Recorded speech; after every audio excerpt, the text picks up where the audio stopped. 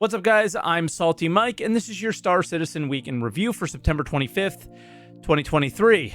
And yeah, we called it all last week.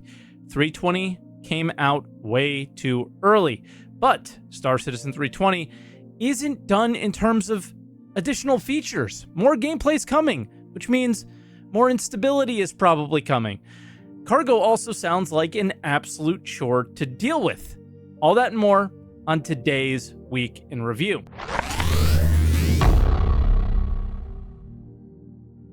And as always, if this is your first week in review, this is where I take all of the official Star Citizen news each week and put it into one video while sharing some of my opinions about it. I also live stream on Twitch, twitch.tv/SaltEMike, every day but Monday, so I can get this video out to you guys starting at 6:30 a.m. Eastern Time. And because I'm streaming and making so many YouTube videos, I wanted to share with you today's sponsor, GMG Performance Eyeglasses. I spend a lot of time at that computer, which exposes me to excessive amounts of blue light. Blue light can seriously damage your eyes, and for me, it really messes with my sleep schedule. GMG Performance Eyeglasses act as a shield against that blue light, and they can help reduce eye strain, improve concentration, encourage your eye reflexes, but again, most importantly for me, preserving my quality of sleep. This is now the second time we've worked with GMG, and I've been using these glasses since our last sponsorship on this channel when burning the midnight oil to put these weeks in review together, as well as other content for my live streams. Now, GMG also offers sleep gummies, which are a great companion to their blue light glasses. They encourage deep restorative sleep and reduce the time it takes to fall asleep in the first place. And, well, they have a 25% discount for 48 hours as of the release of this video, so don't hesitate. And this offer is only available to you guys with the link in my description. Feel free to check it out. And with that, let's jump into this disaster that is 320. So this is the week 320 went live, and we didn't get a single patch. They just did some background hotfixes and shipped the thing to live, and it shows. They also did a hotfix after launch, which resolves some things, but not the major issues yet. So if you haven't been following the project as much, let's quickly go over the highlight features in the patch. If you really want to check out the nitty-gritty details, link to the patch notes are going to be in the description down below. Port Olisar has been replaced by Seraphim Station, which is, basically to take the legacy stuff, remove it, and go to the stations that we all have gotten used to, and that all basically have all the features that a station is requiring for players. The Hull C is now in game, and with it comes a new automated cargo loading system, which is arguably a massive placeholder and is the most tedious system in gaming. Server crash recovery should be better now, with your ship being sent to your last landing location, and a ton of improvements and additions to Arena Commander, but I've only played Gun Rush. It's addicting. Again, link down in the description for all those Arena Commander patch notes, but I just haven't dove into it very much. And then a ton of minor quality of life fixes. But let's do a post-mortem already for 320. What went wrong? They pushed hotfixes for major issues, like an awful sound bug without testing if it worked. Inventory just completely stopped working. They still have major issues like ship repair, refuel, rearm simply not working. It's in the known issues, and they went live with this thing. There are some pillars to a patch that simply have to work. Repairing, refueling, and rearming just has to be one of them, right? The Hull C has tons of issue around cargo, rendering and becoming part of your ship. It's really problematic. Cargo in general will sell and give you no money. Salvage hull scraping gives way less RMC than it did before, which is a confirmed bug, and many, many more. So what will they do better in the future? Nothing, because we just went over the post-mortem, I think last week or the week before, and they said that they were going to be better, and they literally did this. Now, they're trying to be better. They woke up a little bit and did a 320 PTU patch, and with that, they fixed some issues around inventory, but not everything. Fixed some audio, although it wasn't really that bad for me after the second hotfix, but I'm hearing it's still a problem with some people on the server. The database is still having issues. Like 318 anybody, I'm getting some serious flashbacks here, and they nabbed a major server memory leak. So one good thing, I guess. And with the PTU, they're monitoring a number of problems this weekend, namely issues with player inventories. And yeah, that's what we had this week. This was, arguably Obviously not as bad as 318's launch, but they can't keep doing this stuff.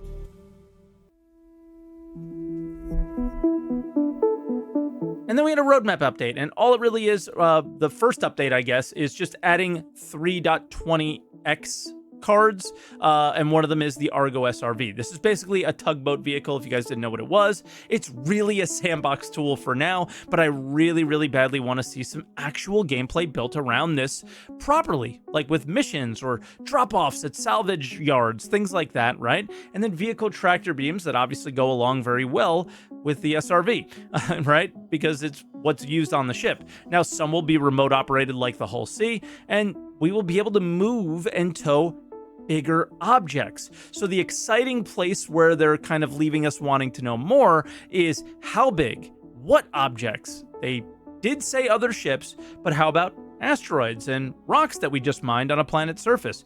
What exact limitations will be placed on the smaller tractor beams, and when will these come in? We know some are coming, so looking forward to hearing more about that. And then added to the progress tracker is the Origin G12. This was one of those little LTI bait vehicles that they do from time to time, and the usual things like, you know, these are made for new artists to learn the ropes is probably what's happening here. But I posed this in my react to the roundup. Check out my react channel if you haven't yet. Would you rather them leave all these like little guys to the end and focus on vehicles that more people want, right? Can they even? Because they can't make ships with all their gameplay because there's only 2 gameplay teams and all the gameplay isn't done. The backlog of ships continues to grow, and it's kind of funny because anytime one is prioritized, well, guess what? Somebody else's favorite isn't, right? What if the G12 is somebody's favorite thing? So it doesn't really work like that, right? But that was the roadmap roundup. It isn't that big of a deal, but it's recognizing that 320 isn't over yet. And vehicle tractor beams are a major feature coming into the game. A sandboxy feature, but a major feature. There's going to be issues with it. There might be more instability than what we're dealing with now in 320. So it just, everything seems like it's happening too quickly and is unfinished and is just problematic.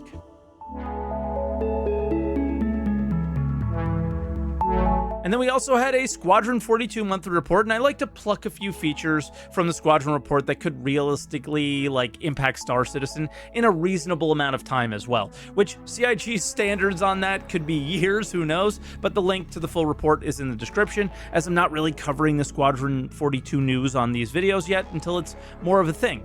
And with that, gameplay features. The big thing here is that they aren't talking about it.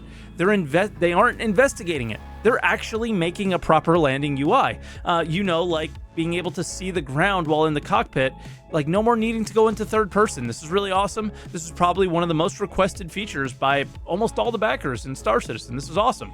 Vehicle features, they are still spending a lot of time on ship MFDs. These things better be sick for how much time they're spending on them. Also, a new vehicle loadout terminal with stuff being shared about personal hangars. I can see this being a thing for us in our hangars as well. Vehicle aiming is being investigated, like aim down sights for FPS weapons now is kind of how they described it, and resource network is progressing. Thrusters are giving them a hard time though, and it's just interesting to see that they're still working on resource network, and I'm just hoping we hear something at CitizenCon on that one, because it's such a big important feature, and it's I think been over a year, maybe 2 now since we heard about it initially, but since they've really been working on it.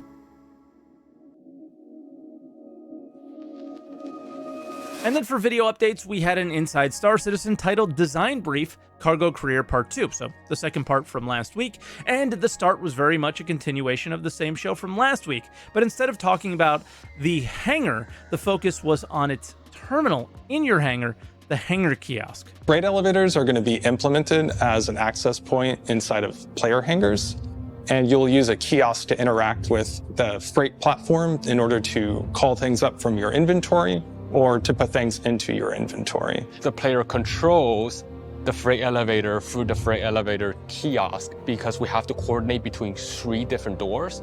The kiosk is what determines when the door should open, when the door should close, when the cargo get loaded and all that stuff. So that is the physical thing that's basically going to bring up cargo for you and then also take cargo from you when you sell it. The kiosk is going to be the center point of the hangar. This is really where you'll manage everything. So it's not just the cargo stuff that you manage through the kiosk. You will be able to manage your inventory, basically bringing up the stuff, sending it back. It's also going to be those small items. You also going to have some sort of inventory box that you will be able to interact with, to put stuff in it. Basically, everything is going to go through that kiosk. So everything is central to the kiosk. Now, I left this clip long and unedited, and as they said, this is the center of your hangar. This is the most important thing in it. But without seeing and hearing more, it's really hard to visualize, so we're going to have to, just get more detail on a lot of these things. The most important thing of this kiosk for me is stacking items and managing my inventory with the least amount of clicks possible, because when it's physical, it's going to be a lot of manual moving. It's going to be kind of a pain, but not entirely. We are still going to have a certain amount of automated loading in the game. It just won't be instantaneous. You'll have to use a service. It'll cost a little bit more. It'll take time. You won't have access to your ship while it's being loaded. Okay, so the automated systems are in place, so players who don't want to participate in this way don't have to. That's great.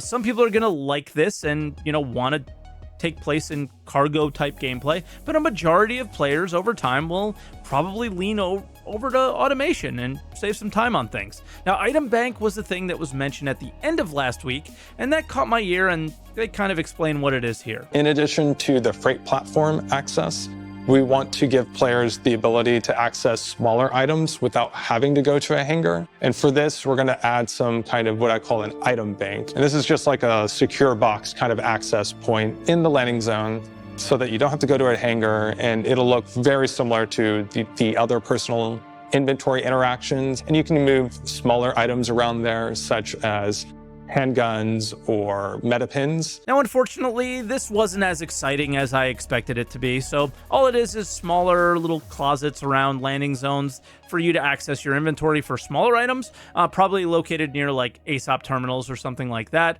And then they share, I think, some of the most important info of the show, in my opinion. And of course, all of this comes with a large amount of economy tuning that's going to need to rebalance things now that we have physicalized movement, guaranteed friction on the transactions. So all of these things we can use to rebalance it and hopefully make it to where if you're interested in taking high risks, there's a path for you to maybe get a better profit. Vice versa, if you don't want to, there's still a way for you to be able to play the game and not be overly punished. None of these changes coming to cargo matter unless we have an economy that makes sense.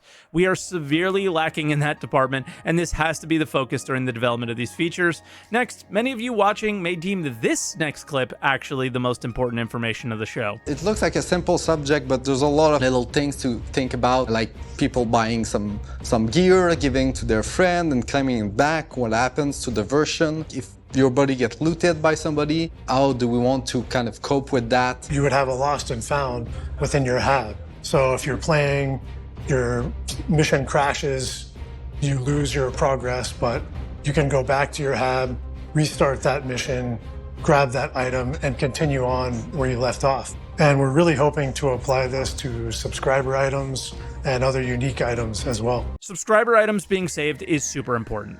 People pay real money for them or search far and wide to get these things in game. Being able to not lose them so easily is, I think, really important. I just don't think the way that they're doing it is the solution.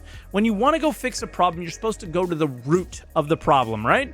And the root of the problem here is that every item that you purchase on the website or like is rare is not a skin or anything. It is a unique version of something. So you're just, there's tons of them. And if you're going to use this solution, then you're going to just be creating more clutter. You know, instead of applying like a skin to a basic armor in the game like everyone else does it, I'm personally not happy with the solution on how they've explained it so far. And yeah, it's not good, okay? And then we had a Star Citizen Live titled Behind the Dev, Sound Designers. And all I needed to hear was this. And then we have our Behind the Dev shows. We haven't done one of these in a little while. And this is more like an interview type show. We're going to learn very, very little about Star Citizen over the next hour. I'm skipping this episode for the review, obviously, but that doesn't take away from the fact that those devs are probably really cool people, and you can get to know them with the link in the description if you're interested. But for the purpose of providing Star Citizen information on this video, no.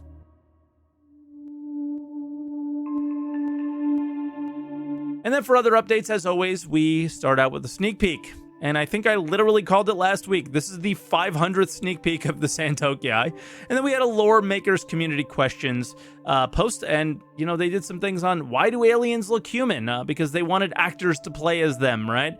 And obviously they wanted us to also play as aliens in the MMO. And yeah, that's kind of funny. And then they took years to get the female actor out, so I'm not really buying that one as much.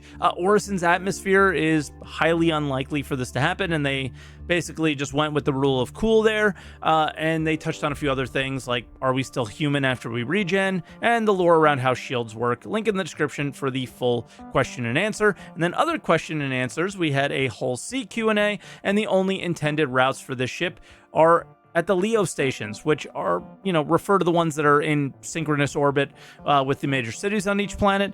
The only city that makes sense here to use the Hull C in, though, is Crusader, because it's obviously floating, and there's docking collars there. I honestly think I think they should add that. I think it makes sense. People basically explain why the system of buying and selling is so tedious, and then they simply said that it's going to stay that way for now with no real explanation. I thought that one was super weird and kind of worth pointing out to you guys. And then they don't want to allow, they didn't and still won't allow pirates to use the system, which is I fine, I guess. They can use multiple smaller ships, but it also should be at Grim, right? Like, we should have docking colors at Grim. We should have these systems there, but Grim obviously needs a major rework as well. And then we had a Mirai Fury Q&A. No real surprising information here to share other than it's agile, which they've been saying a lot of. And then the CitizenCon Pocket Guide. So if you're going to the event, this is probably a must read, as there's tons of info about the area, the venue, and how to get there, all things like that. But it's also good for people like myself who aren't attending the event on what to expect from it. And just a note here, there's a lot of like TDD or like TBD. They'll be adding things. So yeah, it'll be updated as we get closer. But one thing that I noticed is that they're going to be taking extended breaks in between each panel, so people at the event can actually spend some time at it. This is going to make my own coverage of the event extremely difficult now, because it's going to make the day really long with lots of dead time in between. But I am going to be covering it on my Twitch stream this year, and it should also end up on my YouTube channel in some capacity. But yeah, so you can expect to see me there. Get subscribed if you haven't yet for that. And that will do it for this week. I did record over the weekend this week, so there may be one or two things missing that comes out after I recorded this, so leave a comment down below on anything I might have missed. And if you liked the video and enjoyed it, hit the like button. And if you're new here and plan to stick around, subscribe for more weeks in review, and I'll catch you guys next week. Thank you so much for watching.